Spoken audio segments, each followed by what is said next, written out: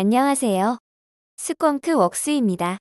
오늘은 진화론의 연대 측정이 거짓이라는 주장에 대해 다뤄보겠습니다. 흔히 볼 수 있는 창조과학의 주장입니다.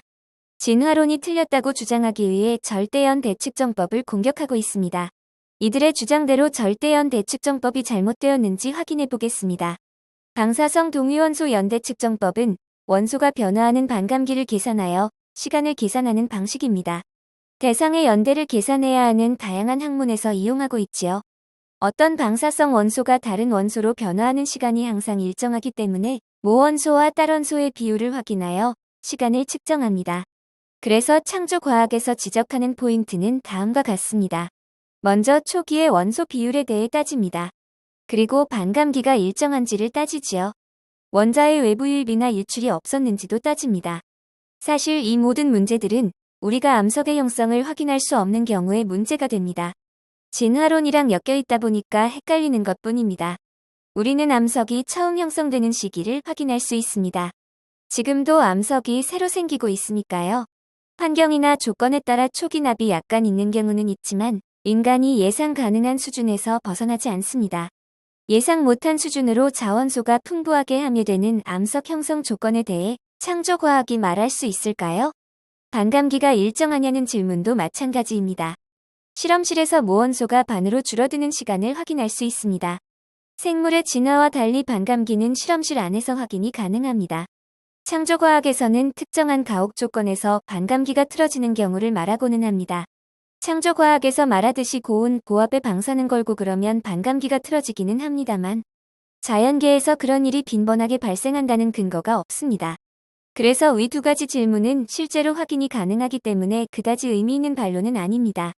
그럼 남은 것은 외부 요인에 의한 변화 정도입니다. 물론 외부 조건에 의한 영향을 무시할 수는 없습니다.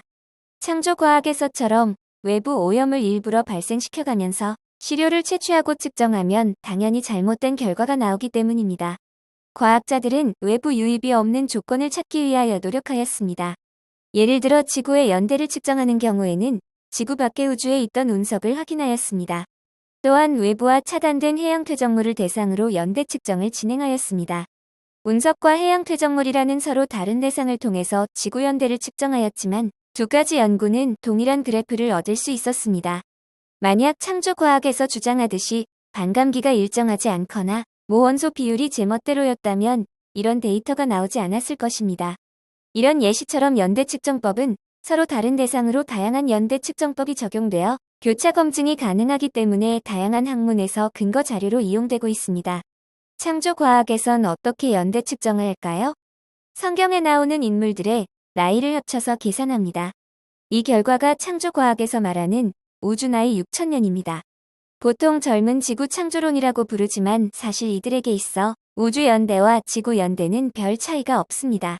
지금까지 설명드린 내용들을 비교해봤습니다. 어느 쪽이 더 과학적인지는 쉽게 파악이 가능할 것 같습니다. 창조과학에서는 그랜드 캐년과 에베레스트 산을 두고 똑같이 5,000년 전에 대홍수로 만들어진 것이라고 합니다. 동일한 5,000년 전에 만들어진 결과물이라는 것을 어떻게 입증할 수 있을까요? 아마 대홍수 말고는 설명할 방법이 없다는 궁색한 답변밖에 없을 것입니다. 현대 창조과학은 1920년 조지 맥크레디 프라이스의 홍수지 지락에서부터 시작하는데요. 100년이 넘도록 단 한 번도 연대를 측정하는 객관적인 방법론에 대해 제시해 본 적이 없는 분들입니다. 시청해 주셔서 감사합니다.